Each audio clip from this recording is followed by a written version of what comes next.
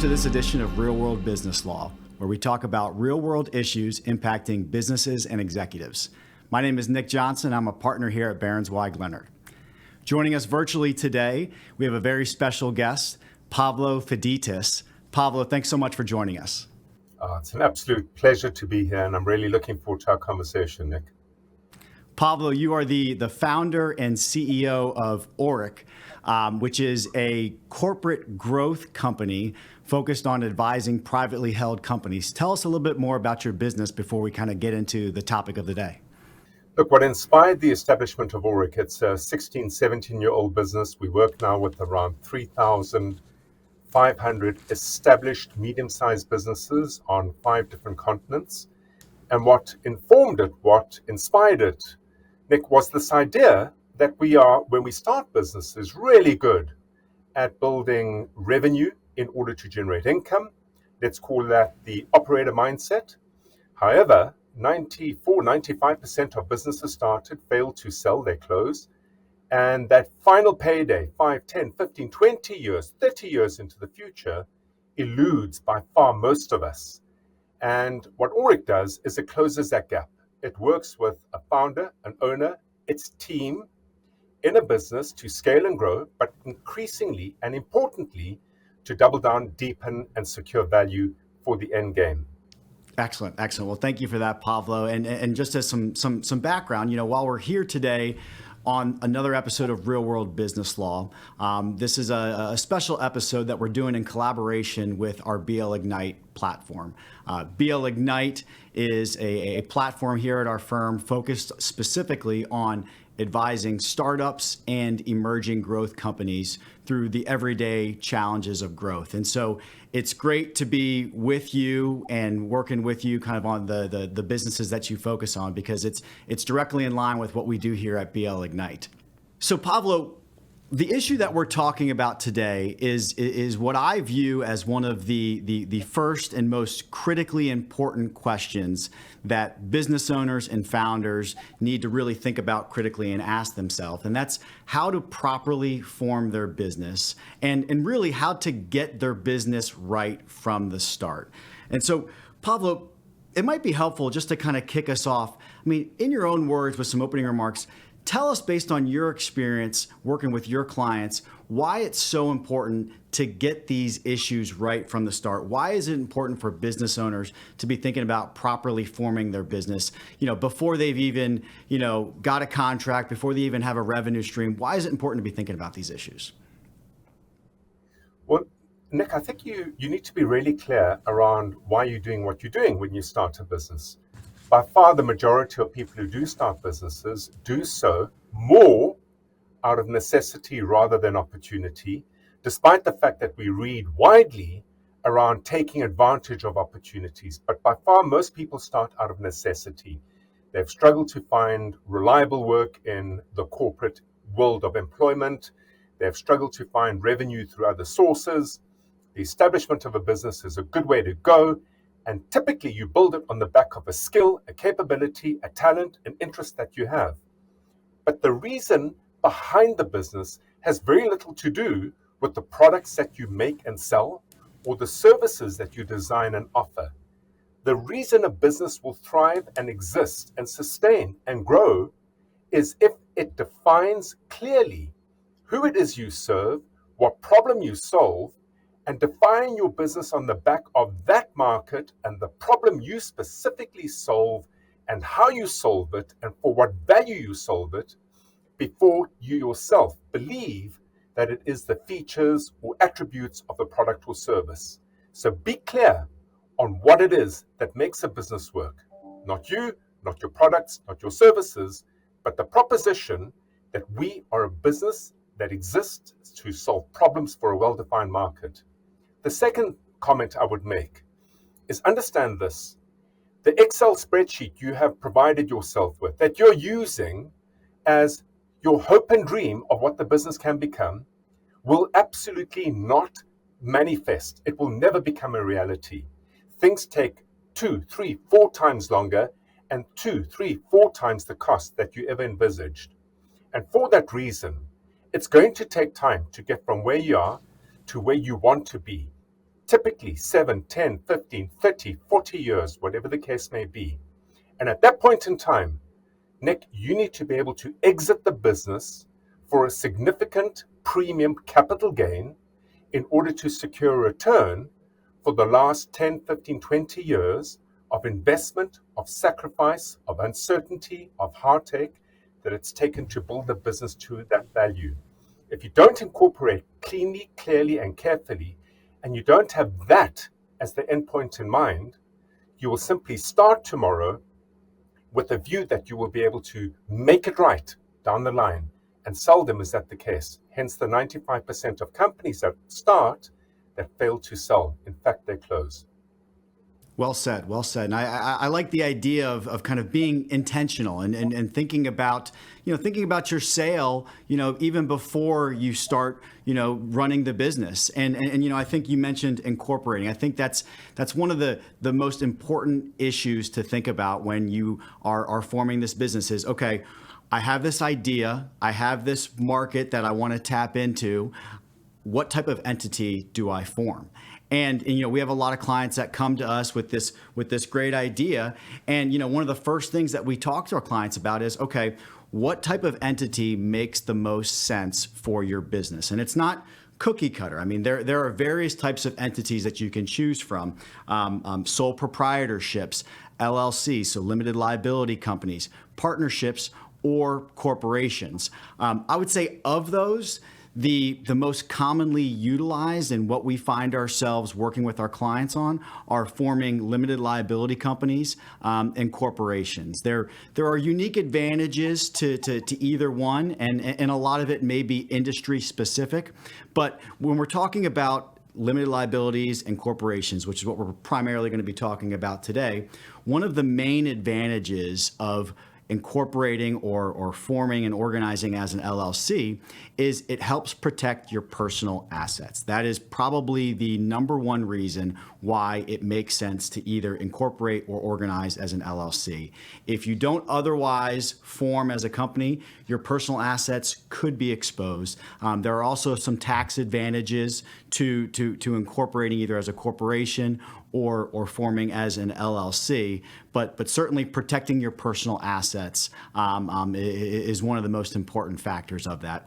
I think, once we determine the type of entity that you want to form, another question to ask yourself is, where should I incorporate? Where should I form? A lot of companies, they form in Delaware. They form there because Delaware, it's very pro-business. It has a very pro-business court system. And from an investor standpoint, that is viewed very favorably. Virginia is great too. And it's actually, the process of forming a company is relatively straightforward. It's all done through the Virginia State Corporation Commission. But I think in terms of, where you form, you need to think about asking yourself, okay, where will I also be operating? Because you may find yourself in a situation where perhaps it makes sense to form outside of the state that you're transacting business. But if you do that, you still need to remember you need to register in the state where you're doing business. Couple other just differences between LLCs and corporations that I think are good to know. When we're talking about an LLC, it is owned by members. Corporations, on the other hand, owned by shareholders and generally governed by a board of directors. When we're talking about an LLC, the governing documents that are going to govern how that business runs is typically going to be through what's called an operating agreement. And Pavlo, I know we've got some case studies that we're going to be talking about later on, which highlight the importance of having a strong operating agreement. But just wanted to touch on that with an LLC first. And so, you've got an operating agreement with an LLC. With a corporation, on the other hand, unlike an operating agreement, you're going to have a shareholders agreement and bylaws. And that's going to kind of spell out voting and how the corporation will run. But those are some of the key differences between an LLC and a corporation. But Pavlo, why don't we kind of get into some of those case studies that we were talking about? And I know you've worked with a number of clients who probably come to you with some horror stories about how they probably wish that they would have come to you sooner, or come to BL Ignite. Give us some examples of why in real life it's so important to be thinking about these ownership issues from the start, rather than waiting to the point where you're considering investors, rather than waiting until the point where you're considering a potential sale. Why does it make sense from a real world perspective to think about this? And maybe we can talk about some of those case studies. Nick, it's something that comes up almost in every engagement that we have with every business that we work with. So if I think of the most recent example, just yesterday, I met with the client that's in a fairly new industry. It's in the functional mushroom or CBD industry. They're 7 years established. And what they do is develop and distribute through various retail channels all these premium quality, high strength CBD products and functional mushroom supplements. 16 people employed, a nice, heady, healthy $7.2 million annual revenue. But here's the thing. It is a market that has changed significantly. It has a novelty element to it, a fad element to it. So product development and new channel development are key features in how you build out that business. And each and every time, the founder and the current CEO and leader of that business wants to make a pivot in strategy, he has to contend with 39 shareholders, of which 3 are located outside in other countries that have significant, or meaningful rather, control over the business itself. He has lost completely the ability to be agile and to be adaptive in response to, or to create market opportunities. And it's now stalling that very attractive growth that he has enjoyed in the last 2-3 years. Had he structured the business differently, and I'd be keen to hear your thoughts on it, around how you keep flexibility and agility when incorporating through either the LLC or the corporation structures that are available. Yeah, I think, one of the things that we regularly talk to our clients about is, I think, having key stakeholders involved in the business is obviously critical, but maybe not everyone would be an equity owner. And so there's equity alternatives that you can provide to some of those key stakeholders, so that you're not dealing with a situation like your client was dealing with, where every time you make a decision, you need to get votes from 29 or 39 people. That can certainly stall things. Another alternative is, perhaps different classes of shares. You can have voting and non-voting shares. And so, particularly, maybe you want to have it set up so that, the founders receive Class A shares, and that, the later on investors or other key employees, receive Class B shares, yet they're non-voting. So that, in other words, when it comes time to make a corporate decision that requires a vote, that you're really only dealing with a much smaller subset of Class A shareholders. That's one potential strategy. Or and alternatively, if it's an LLC, I think an equity alternative may be something to consider, where rather than giving them actual ownership in a company, which when you receive actual ownership in a company, the default rules are, you are an owner. You generally would get voting rights unless either your operating agreement or your shareholder agreement says differently. You also get audit inspection rights. Almost every state in the country allows owners of a business to have access to the books and records of a company. And so, perhaps rather than giving them actual equity, you can provide them with some equity alternative that allows them to participate in the growth of the company and potentially in the sale of the company without all of the strings that come with being an owner and voting. And so there's many different strategies that you can consider. And I would say, maybe multiple classes or even equity alternatives would be a way to think about that. And Nick, I think it's especially important in industries that are changing quickly, and that in order to grow, you would have to be agile and adaptive, for the simple fact that very often in those environments, you're going to be going through a number of different phases of raising capital. And each time you do, here's a concern I often get, Nick, from a founder owner. I used to own my business. I now am a minority shareholder. I run, drive, grow the business, and yet what's in it for me? And this issue of dilution becomes a pretty significant inhibitor emotionally and psychologically to the commitment and growth efforts of the key driver, which is typically the founder. What are your thoughts on how you prevent that dilution, or how you secure a reasonable, meaningful stake in a business despite having to raise different rounds of funding? Yeah, I mean, I think getting a strong operating agreement or shareholders agreement in place early on is just so critical. And let's just talk about just operating agreements for an LLC. I mean, I would say some of the key things that you want to have in an operating agreement. Of course, you're going to want to have the full legal name, the registered agent, it's registered principal place of business. I think you're going to want to talk about, okay, the management of the company. Is this going to be managed by the members? Is it going to be member managed, where the actual owners are the ones managing the day-to-day? Or is it going to be manager managed? Are you going to appoint a manager who will be running the business? Voting, we talked about that a little bit before. Is it one for one? Each unit is one vote. That's pretty standard. Or is there going to be some alternative? I think, laying out, what happens when certain unfortunate events happen. I think you need to spell it out. I think, what do you do if a member dies? What do you do if a member becomes disabled? What do you do if a member wants to resign? I mean, when we talk about death and disability, a lot of companies have those funded through insurance, either through Keyman or buy, sell. That's one thing to think about. But also, what do you do when an owner says, you know what, I'm done, I'm ready to retire, and perhaps they want to transfer their interest.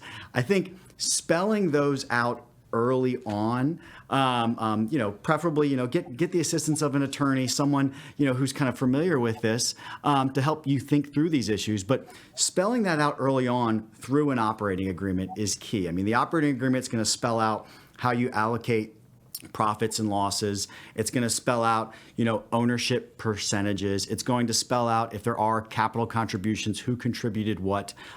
It's really going to be the contract between the owners that lays out, hey, here's how we expect this business to run. And if there ever is a dispute, knock on wood, hopefully it doesn't happen, but I can tell you as a litigator, it happens time and time again. But if there is a dispute, that operating agreement is going to be the first document that you look to resolve those disputes. And so really being intentional. We talked about that at the very beginning, thinking this through, thinking about a potential sale when you're forming. I think you need those same concepts apply when you're putting together an operating agreement. It's honestly, I wish we had spoken about this already in July. I met up with the client that we're working with. They have been going great guns.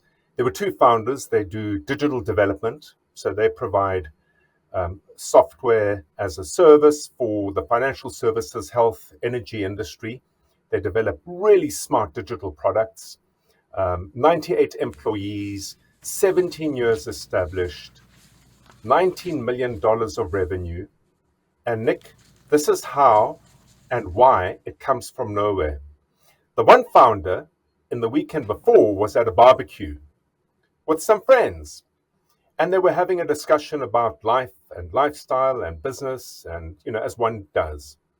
On Monday morning, he walks into the business and says to his co-founder of 17 years, hey, listen, buddy, I'm going to start prioritizing my health and well-being and lifestyle over and above this 5-day work week, 6-day work week, 10 hours a day, because that's what it's taken to build the business to where it is. And my mates were telling me, in fact, that they're moving towards 3-4-day weeks. They're going to let the heavy lifting be done by the team. And I'm going to be moving in that direction. And here's the thing. The dispute arose out of the following. They're both shareholders, the founding shareholders of these businesses. But what they never did, Nick, is they didn't qualify in the operating agreement what earns the shares. In other words, if I'm on the tech development side, the product delivery side, what are my requirements, my obligations to earn 50% of the equity of the business? If you're on the front end of the business, responsible for market development, at what point have you earned your 50% of the equity? At the same time, we will both be working in the business, and that shareholders agreement or operating agreement does not suffice as an employment agreement, which means we as employees alongside shareholders in the business have a different set of obligations. And I think if you don't get those agreements right, the point you made earlier, it becomes very, very difficult to resolve disputes in a fashion that does not harm the value you have built in the business.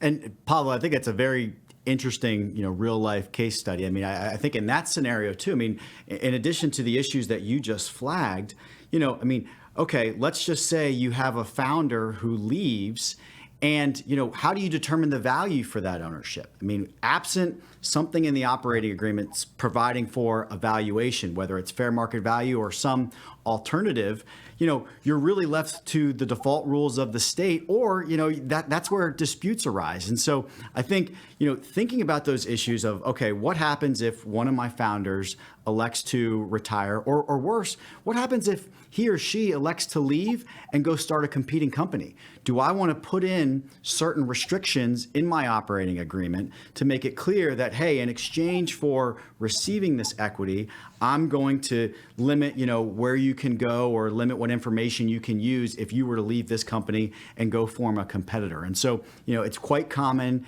in these operating agreements, in shareholders agreements, to have certain restrictive covenants that apply to the owners so that you're not found in a situation where you have one owner that leaves and starts a competing company. But then also, I think spelling out, okay, when someone leaves, is no longer associated with the company, whether it's through, again, death, disability, voluntary resignation, or something else, how do we value that ownership? And spelling it out at the very beginning is certainly something that we recommend. And unfortunately, we see problems arise when they don't do that. Pablo, I think we're coming to the end, and I think you and I could spend a lot of time here today talking about some war stories and case studies on some real life examples, but we're limited in time. I think as one final question that I have, and I would be kind of curious to get your take on this. I mean, working with startups, working with emerging growth companies for as long as you have with your company, what would you say is one of the toughest decisions that an early stage business owner needs to make? Oh, my word, Nick. You know what? I love them or hate them. The single most important thing to scaling and growing are the people you employ. And the very first few people that you employ are going to come at a significant cost. There's a cost in understanding mindset differences. There's a cost in understanding capability. There's the cost of affording the right talent at the right time to do the right thing. And very often, I see a lot of disappointments emerging around how you make a decision to employ, who you employ, and how you structure those employment agreements. A good entrepreneur will guard the downside and open the upside. And good employment agreements are seldom found in early stage businesses around that big, significant investment you make. The first 5, 10, 15 people that you employ. I think that's incredibly well said, and actually maybe a great teaser for another episode that we may want to get on the books, because employment agreements and memorializing that early on is of utmost importance. And so unfortunately, Pavlo, we are out of time today, but this was a great discussion. Thank you so much for joining us, and really appreciated you coming in studio. Fantastic, and I look forward to taking it to its next level. Excellent. Thank you all. Thanks for joining us for this latest edition of Real World Business Law.